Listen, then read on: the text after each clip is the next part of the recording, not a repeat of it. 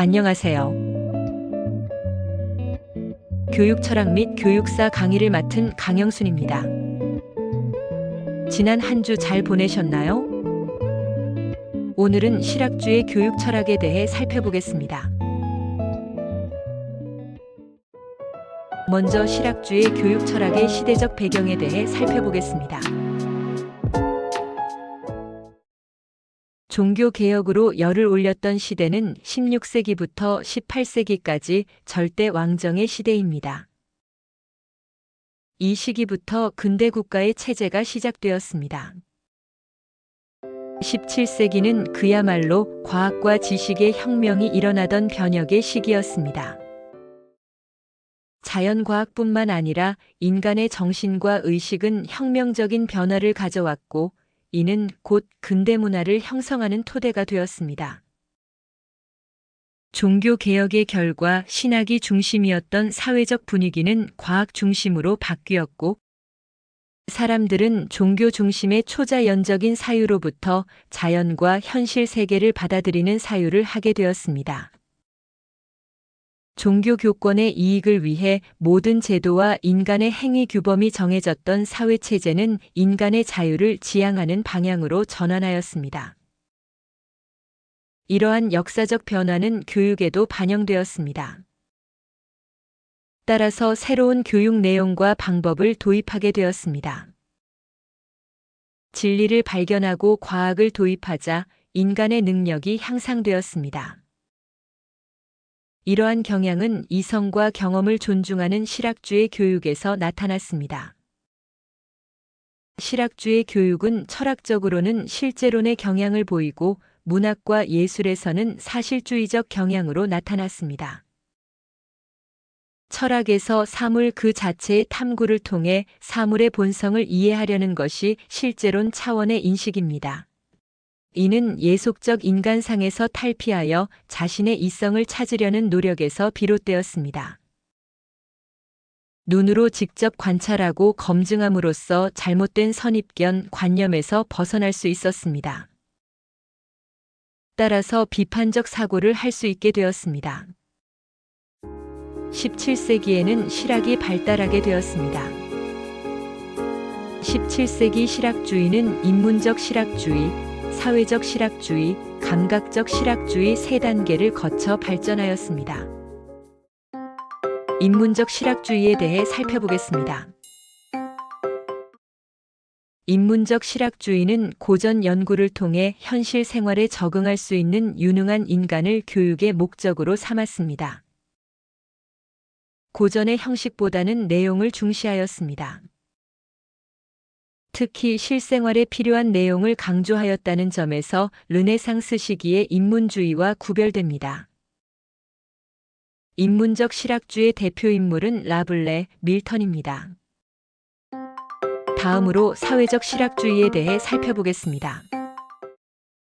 사회적 실학주의는 사회생활의 경험을 교육의 주요 내용으로 삼았습니다. 인문적 교양만으로는 신사 양성에 불충분하다고 여겼습니다. 실제적 삶에서 유능한 사회인, 세상일의 밝은 인간을 양성하려 하였습니다. 따라서 지식보다는 풍부한 사회 경험을 강조하였습니다. 이들에게 있어서 현실 사회는 살아 움직이는 지식이며 학습장이었습니다. 사회적 실학주의 대표 인물은 프랑스의 몽테뉴, 영국의 로크입니다. 마지막으로 감각적 실학주의에 대해 살펴보겠습니다. 감각적 실학주의는 인간의 감각적 직관을 기초로 사물의 본질을 파악하려고 하였습니다.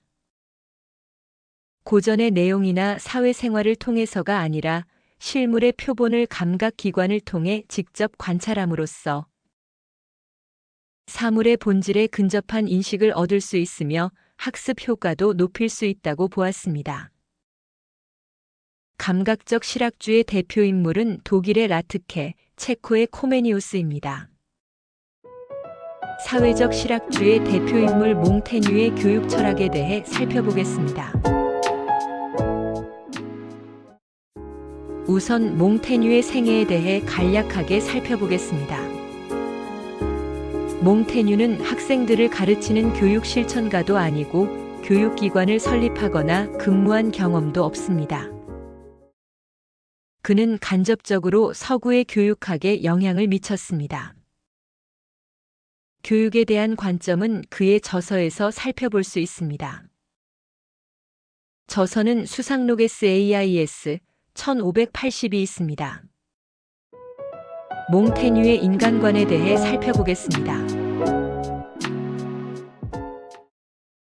몽테뉴는 인간의 생각은 주변 환경에 영향을 받는다고 보았습니다.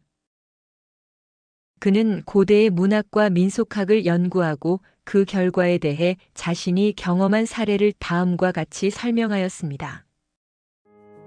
사람들은 자신의 습관과 배치되는 행동을 하는 사람을 야만인이라고 부른다. 진리와 이성을 재는 척도에 있어서 우리들의 생각과 습관보다 좋은 척도는 없다고 하는데 이 주장은 옳은 것 같다. 완전한 종교, 완전한 국가 형태, 완전하고 완성된 사물을 파악하는 방식은 언제나 여기에 존재했다. 우리가 받아들이는 거의 모든 의견들은 대부분 권위적으로 전달된 것이다. 자연성에 근원을 두고 있는 양심의 법칙도 풍습과 관습에서 영향을 받은 것이다. 당시에는 인간의 존엄성을 강조하던 시기였습니다.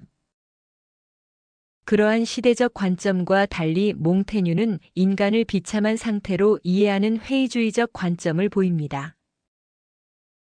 그는 인간에게 자신을 과대평가하는 선천적이고 근원적인 병이 있다고 보았습니다.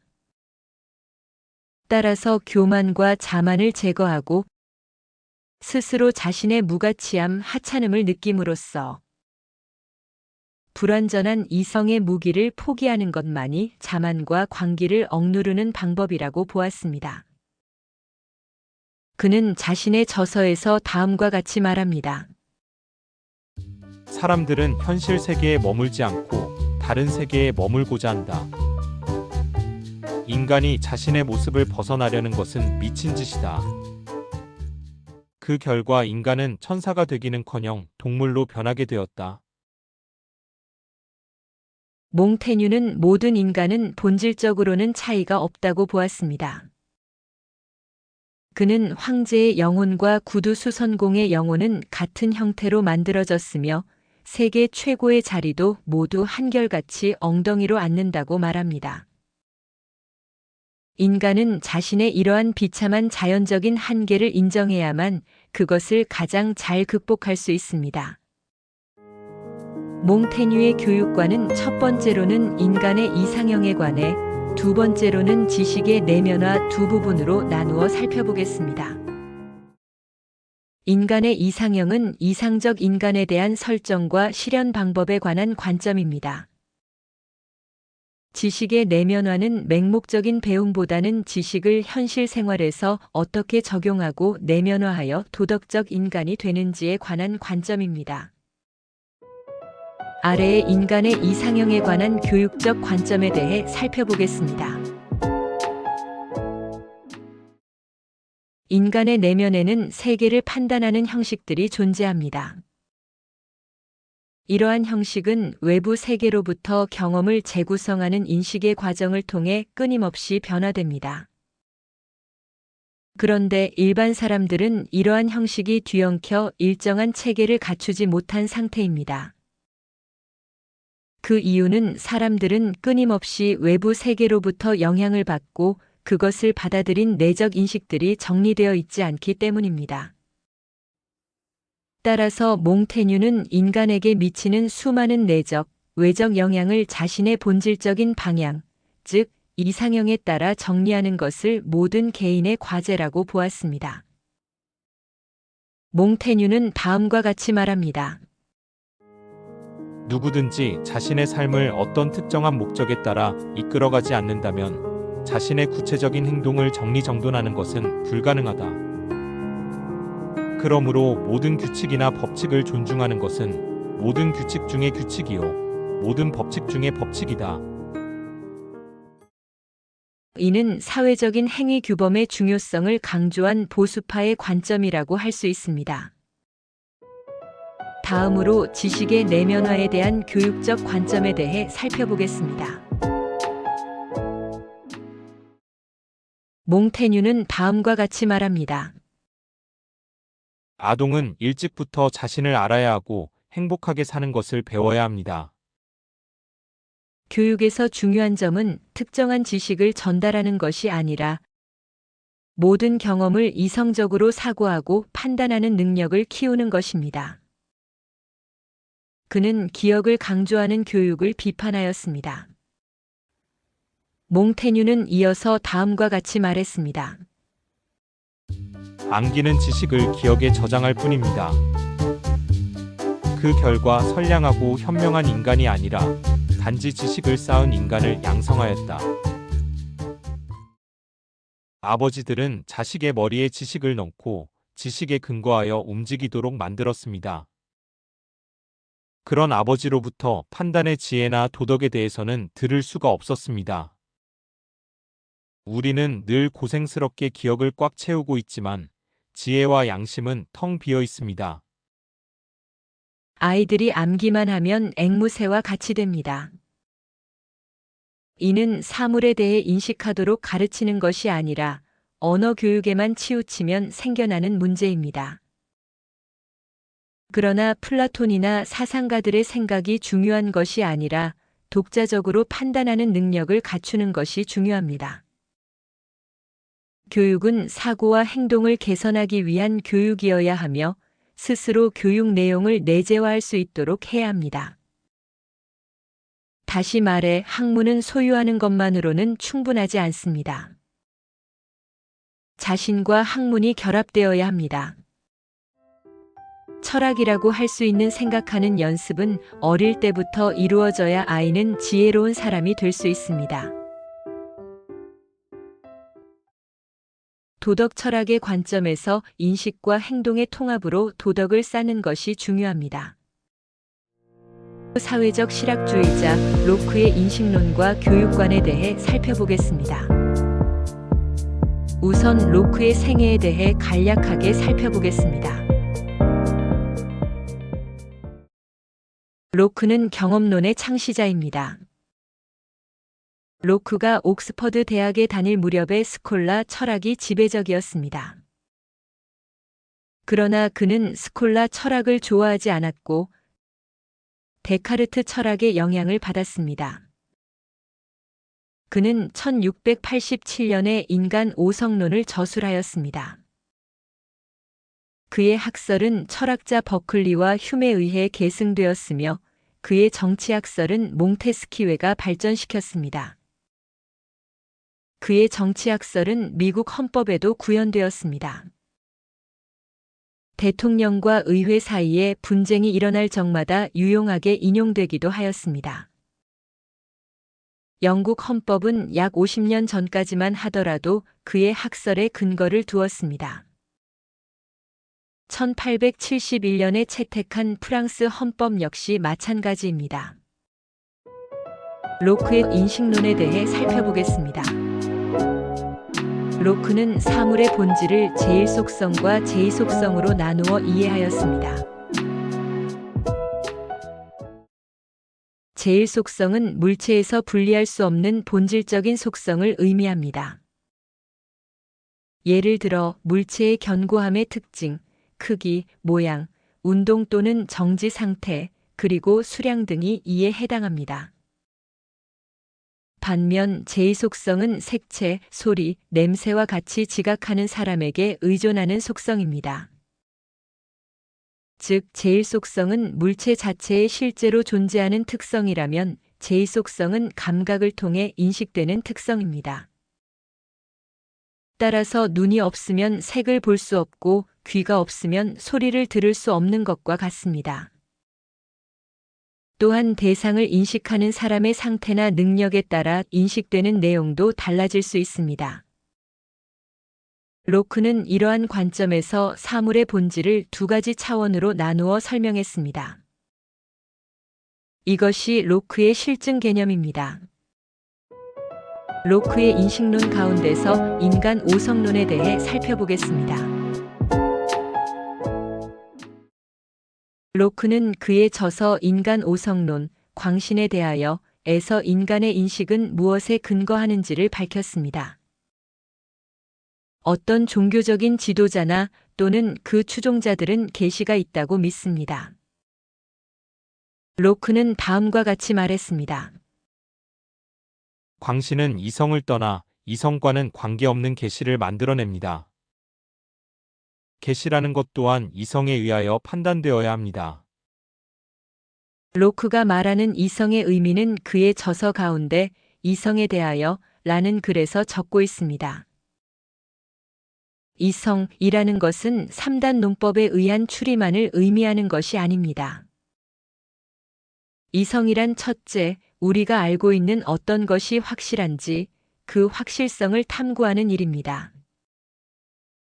둘째, 어떤 것이 이론적으로 완전히 확실하지 않고 단지 개연성만 있을 때 그것을 실제로 받아들이는 것이 현명한 선택인지 판단하는 것입니다.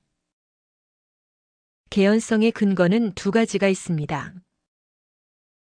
첫째, 그것이 우리 자신의 경험에 부합하는지 판단합니다. 둘째, 다른 사람이 경험을 바탕으로 제시한 증거와 일치하는지 판단합니다. 인간의 오성은 설사 오류를 범하는 일이 있더라도 결코 이성 이외의 다른 어떤 것도 따르려고 하지 않습니다. 누군가 당신의 의견에 동의하도록 설득하려 한다면 그 사람은 먼저 당신의 의견을 검토한 이후에 동의 여부를 결정할 것입니다. 그러므로 상대가 충분히 생각할 시간을 가질 수 있도록 배려해야 합니다. 타인이 자신의 의견을 버리고 내 의견을 따르지 않는다고 해서 그를 완고하거나 고집스럽다고 비난해서는 안 됩니다. 우리 자신도 마찬가지로 완고해질 수 있기 때문입니다. 자신의 의견을 철저하게 검토해 보았다고 자신 있게 말할 수 있는 사람이 과연 있을까요? 로크는 형이상학에서 말하는 실체 개념이 막연할 뿐만 아니라 쓸모없다고 보았습니다. 그의 철학은 과학처럼 개별적이고 단편적인 주제를 다루며 17세기 유럽 철학처럼 하나의 통일된 체계를 이루는 종류의 것이 아닙니다. 로크의 인식론 가운데서 경험론에 대해 살펴보겠습니다. 지식은 어디서 왔는가? 로크는 우리들의 모든 지식이 경험에서 비롯되었다고 보았습니다. 그는 플라톤, 데카르트 그리고 스콜라 철학자들의 견해를 반박하며 본래부터 존재하는 어떤 관념이나 원리 같은 것은 없다고 주장했습니다. 그는 경험이 어떻게 다양한 관념을 형성하는지를 구체적으로 다음과 같이 설명하였습니다. 인간의 정신을 아무런 관념도 없는 백지로 가정해 봅시다. 그렇다면 이 백지에 어떻게 다양한 관념들이 생겨났을까요? 이 방대한 저작물들은 어디에서 온 것일까요? 끊임없는 인간의 공상이 이 백지 위에 다채로운 저작물을 어떻게 그려 넣었을까요? 그에 대한 제 대답은 경험입니다. 우리의 모든 지식은 경험에 근거하며 모든 지식은 경험에서 비롯되는 것입니다. 이로부터 관념이 형성됩니다. 관념의 근원은 두 가지입니다. 하나는 감각기관에 근거한 감각 경험이며 다른 하나는 정신의 작용에 근거한 지각 경험입니다. 이 지각을 우리는 내감이라고 부릅니다. 모든 관념은 경험에서 비롯되며 우리의 지식은 결코 경험을 앞설 수 없다는 것은 분명한 사실입니다. 지각은 지식의 시작이자 첫 번째 단계입니다. 로크의 시대에는 정신이 모든 것을 선엄적으로 알 수 있다고 여겼기 때문에 로크가 지식이 완전히 지각에 달려 있다고 주장한 것은 새롭고 혁신적인 의견이었습니다. 사물들이 각각 실제적인 본질을 가지고 있다면 그 본질은 물리적인 구조를 가질 것이며 그것들은 대체로 우리가 알지 못하는 것들입니다. 우리가 알 수 있는 본질은 오직 언어로 설명되며 특히 일반적인 용어로 정의됩니다. 우리는 자연 자체에 대해 아는 것이 아니라 단지 언어를 통해 그것을 규명하고 있을 뿐입니다. 외부 세계가 존재한다는 것에 대한 지식 역시 각자의 자기 관념일 뿐, 우리는 사실상 외부 세계와의 모든 접촉이 끊어진 상태라고 할 수 있습니다. 로크는 실제적인 지식을 세 가지로 나누어 보았습니다. 첫째, 자신이 실제로 경험하여 얻은 지식으로 이것을 직관에 의한 지식이라고 합니다. 둘째, 신의 존재를 상정한 전제로부터 얻는 지식으로 이것을 논증에 의한 지식이라고 합니다. 셋째, 우리의 감각에 나타나는 사물로부터 얻은 지식으로 이것을 감각에 의한 지식이라고 합니다. 그러므로 우리가 지식을 얻을 수 있는 길은 첫째, 직관을 통한 지식, 둘째, 실제의 사물과 관념의 일치 또는 불일치를 헤아리는 이성, 셋째, 사물의 존재를 지각하는 감각입니다. 그러나 우리의 감각은 경험할 뿐 감각의 원인에 대해 알지 못합니다. 로크는 확실성을 인식의 목표로 삼았습니다. 그 결과 논리적인 일관성을 버리고 확실성을 얻었습니다. 기존의 위대한 철학자들은 대부분 로크와는 반대되는 인식의 방법을 취했습니다. 그들은 논리의 일관성이 없는 철학은 전체적으로 진리일 수 없다고 보았습니다. 그러나 논리가 일관된 철학 체계가 반드시 로크의 철학보다 더욱 정당하다고 할 수는 없습니다. 로크의 교육관에 대해 살펴보겠습니다. 먼저 로크의 이성 교육에 대해 살펴보겠습니다. 로크는 감각적 경험을 강조하였습니다. 사물에 관한 지식은 우리가 태어나면서부터 알고 있는 것이 아닙니다. 지식은 우리의 의식 속에서 모든 정신적 활동으로 말미암아 형성되는 관념들로 나타납니다. 로크는 특히 자연 연구에서 인간은 단지 지식의 가능성만 얻을 수 있을 뿐 확실한 지식에 이를 수는 없다고 보았습니다. 이러한 관점에서 이성 교육의 과제에 대해 다음과 같이 설명하였습니다. 교육의 과제는 성장 세대가 특정한 학문의 내용을 배워서 완전히 익히도록 하는 것이 아닙니다. 그들이 집중하여 공부하면 어떤 학문이든 해낼 수 있도록 사고력을 열어주고 정돈해주는 것이 교육의 과제입니다. 만약 오랫동안 한 가지 사유 방식에만 익숙해져 있다면 사고력이 그 안에서 굳어져 다른 방식의 사유로 나아가는 것이 어렵게 됩니다. 따라서 성장하는 세대가 자유롭게 사고할 수 있도록 여러 종류의 지식을 살펴보게 하고 지식의 다양성과 풍성함 속에서 이해력을 훈련하도록 해야 합니다. 그러나 여기서 중요한 점은 지식의 다양성이 아니라 사유의 다양성과 자유이며 또한 지식의 확장이 아니라 정신활동의 성장입니다. 로크는 이성 능력의 향상을 강조하였습니다. 따라서 한 인간의 자유는 그가 이성을 지녔기에 가능하며 인간의 행위는 자기의 의지에 근거한다고 보았습니다. 부모는 어린이가 이성 능력을 갖출 때까지 보호자의 역할을 하면서 어린이를 가르쳐야 합니다. 다음으로 로크의 덕성 교육에 대해 살펴보겠습니다. 모든 덕성의 원리란 우리의 욕구 충족을 거절하는 힘에 근거합니다. 이 힘은 습관을 통해 획득되고 강화되며 어린 시절의 훈련을 통해 쉽게 친숙하게 됩니다. 로크는 자연적인 욕구, 욕망과 망상적 욕망을 구별해 보았습니다. 자연적 욕구는 배려되어야 합니다. 그러나 버릇없는 어린이로 키우는 것은 불행한 일입니다.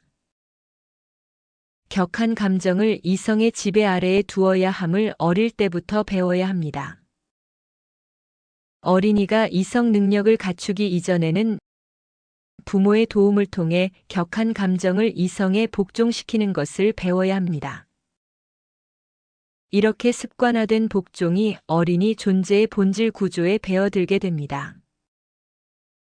로크는 어린이의 사고 능력이 성장하는 만큼 복종을 요구하는 교사의 요구도 부드럽게 완화되어야 한다고 하였습니다.